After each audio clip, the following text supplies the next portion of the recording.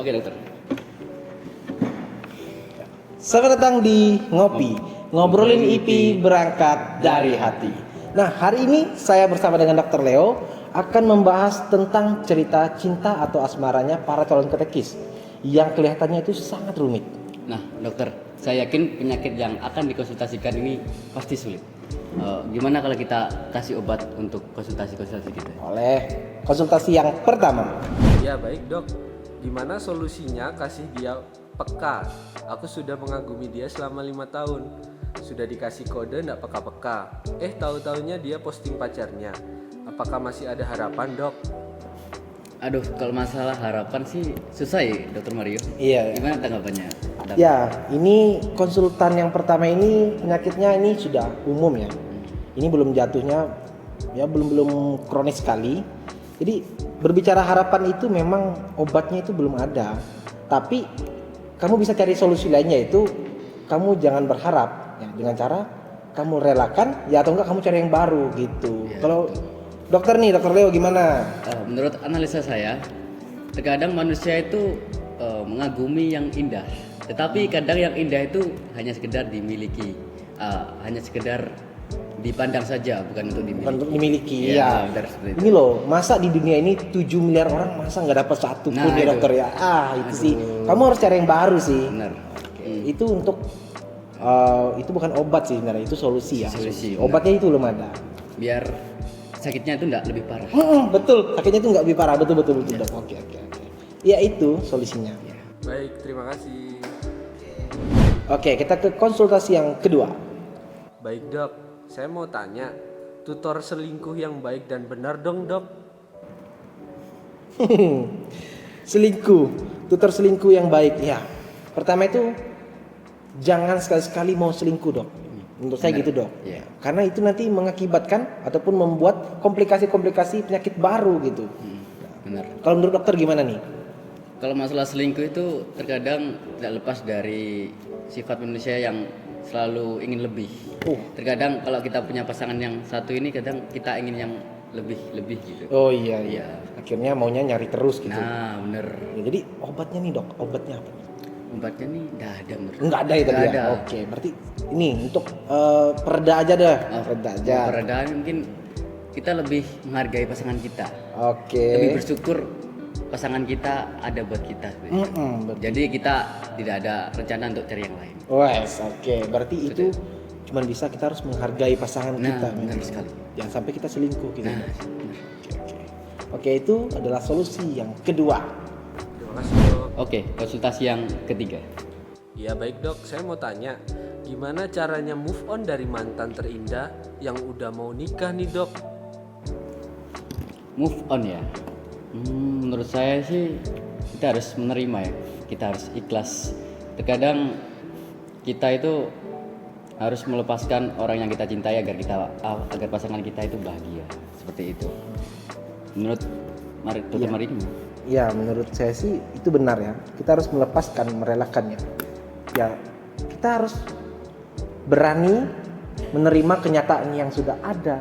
Ya, bagaimana nih orang udah punya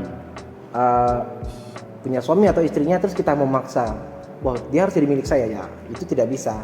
Karena ya memang tidak sesuatu hal itu yang bisa kita paksa. Kita harus bisa belajar untuk menerima dan mengikhlaskannya.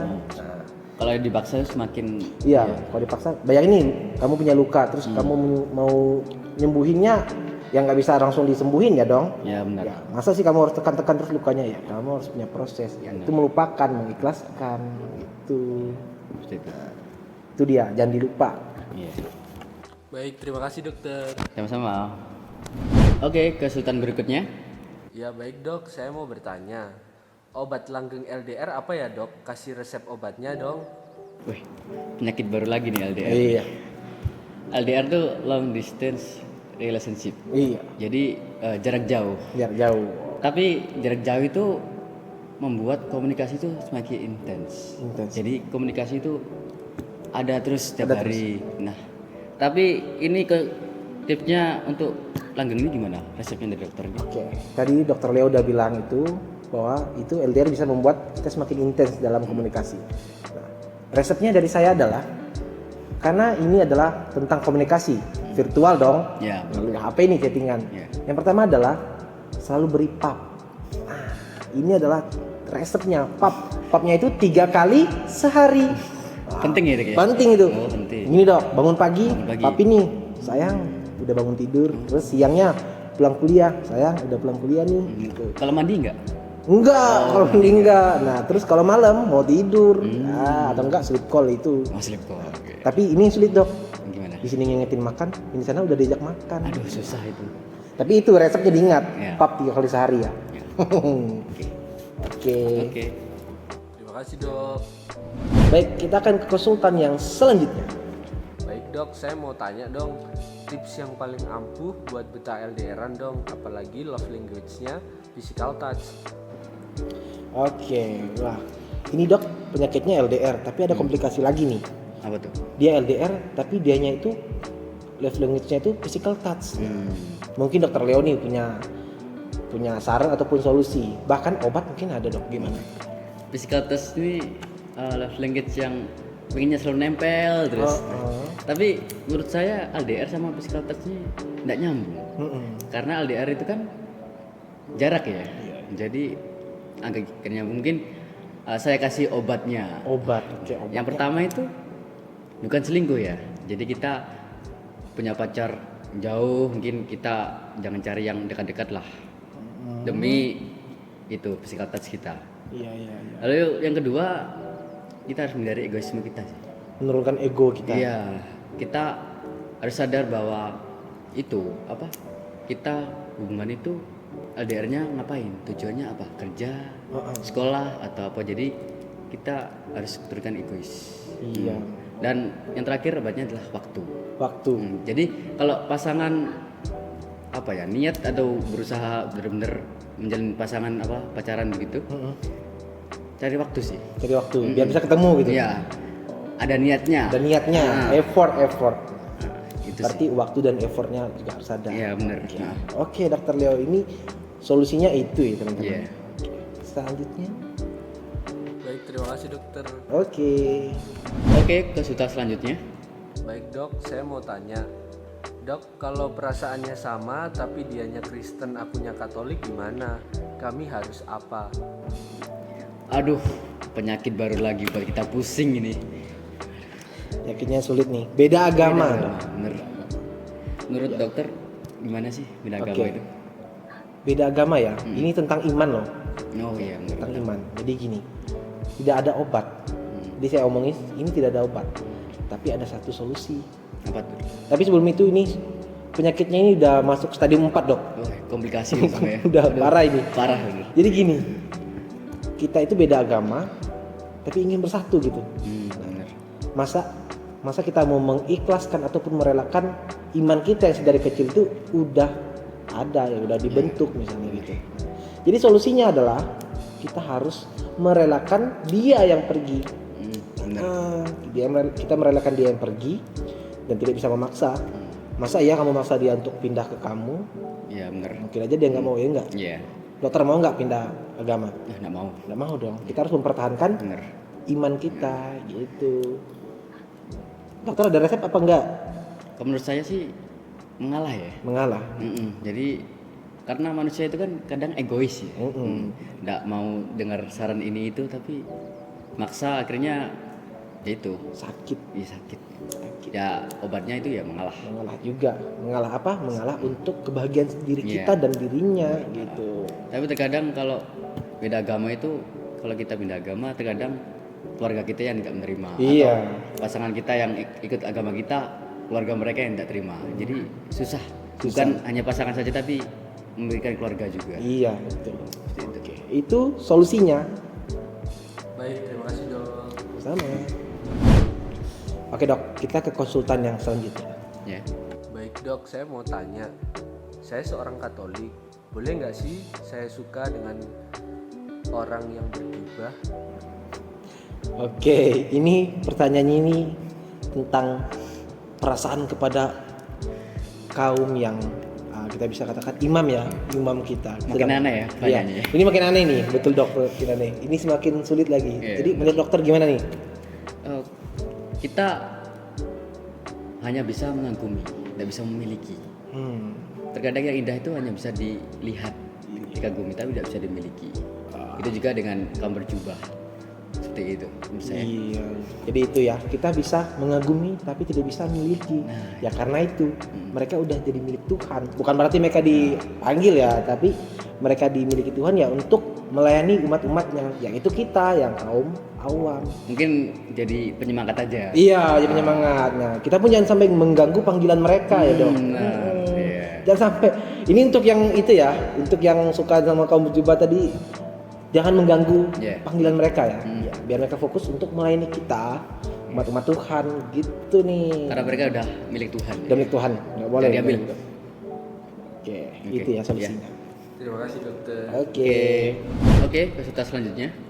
Baik dok, saya mau bertanya, apa sih yang harus kita lakukan sebelum kita PDKT? Mohon obat dan resepnya dong dok. Aduh, PDKT tadi LDR, beda agama, sekarang PDKT. Gimana nih dok? Ya, jadi dari semua pertanyaan, itu kan awal mulanya pasti PDKT dulu, Iya, pendekatan. Saya punya obatnya nih sebelum Apa kita. tuh? Nah, itu ya dok. PDKT itu kan artinya pendekatan nih. Pendekatan berarti kita memulai hubungan nih. Nah, sebelum itu kita harus mengenal diri pasangan kita dulu. Benar. Biar kita tahu nih kesukaan dia apa. Nah, terus dan yang lain-lainnya, ya sifatnya gimana, itu kita harus tahu dulu. Mulai dari pengenalan dirinya dulu. Kalau dokter gimana nih? Jadi menyinggung dalam pengenalan. Nah, kalau misal kita PDKT-nya udah kenal dia, udah tahu red flag-nya, udah tahu sifat buruknya, mungkin di zaman sekarang terobos aja. Nih. Mungkin dari apa ya, untuk langsung percaya itu susah. Mungkin lebih mengeluh, banyak mengeluh. Jadi karena terobos red flag tadi itu banyak mengeluhnya. Oh, jadi kita harus sadar juga ya gitu ya. Kalau udah memang udah red flag nih ya udah Nanti gitu. nyesel di akhir-akhirnya gitu. Berarti jangan terobos-terobos aja nih. berarti. Terobos aja. Ya benar juga sih. Lalu yang terakhir itu menurut saya sadar diri. Sadar diri. Kalau semisal yang kita PDKT itu udah ada apa sikap-sikap yang menolak itu sadar diri ya.